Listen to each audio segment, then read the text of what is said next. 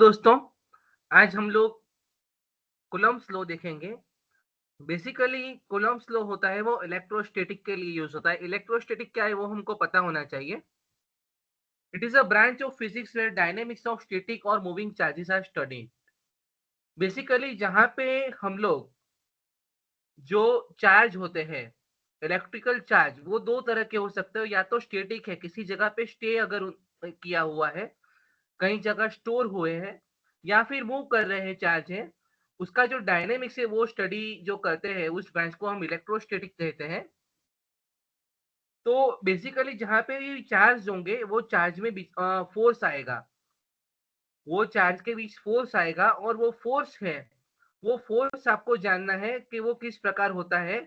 तो वो फोर्स को डिफाइन कर सकते हैं कूलम्ब्स लॉ के उपयोगिता से। आप कूलम्ब्स लॉ की को समझोगे, तभी आपको पता चलेगा कि 2 चार्ज में फ़ोर्स किस प्रकार होत रहा है। तो ये देखिए यहाँ पे एक कॉमेडी एक सीन दिख रहा है।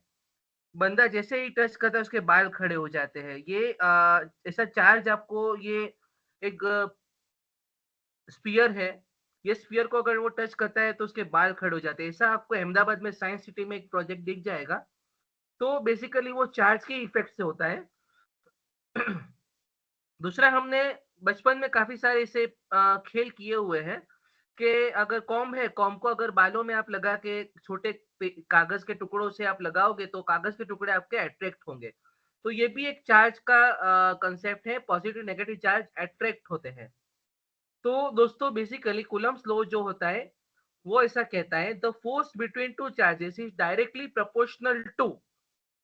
किसी भी 2 चार्ज के बीच में कोई फोर्स आएगा वो कहाँ किसके प्रोपोर्शनल है?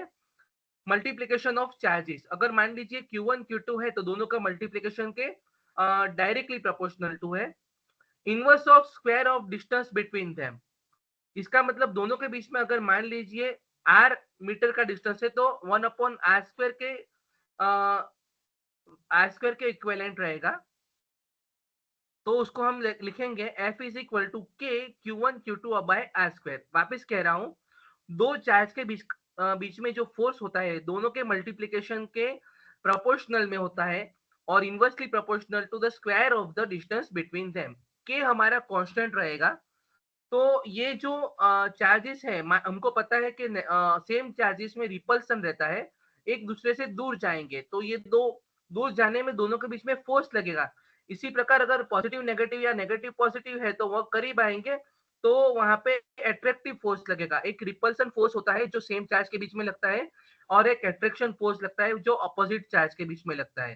तो ये फोर्स की जो मात्रा है दोनों के मल्टीप्लीकेशन के प्रपोर्शन में और 1 बाय आर स्क्वायर के प्रोपोर्शन में रहेगी। इसका मतलब आर डिस्टेंस के स्क्वायर के इनवर्सली प्रोपोर्शनल में रहेगी। तो इसको कूलम्ब्स लॉ कहा जाता है दोस्तों। तो ये जो के है उसका वैल्यू आएगा 9 into 10⁹ न्यूटन मीटर स्क्वायर पर coulomb square.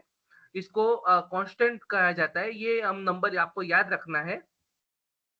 F a force between charges in newton. हमारा फोर्स का जो यूनिट है वो न्यूटन आएगा और आर है हमारा डिस्टेंस मीटर में आएगा और Q1 Q2 हमारे चार्ज है कूलम में। तो आप देख सकते हो के का यूनिट हो जाएगा न्यूटन मीटर स्क्वायर पर कूलम स्क्वायर।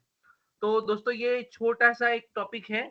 कूलम्स लॉ आपके नए सिलेबस में यहाँ पे लिखा गया है, इस वजह से मैंने यहाँ पे ये आपको एक्सप्लेन किया। Thank you and keep learning.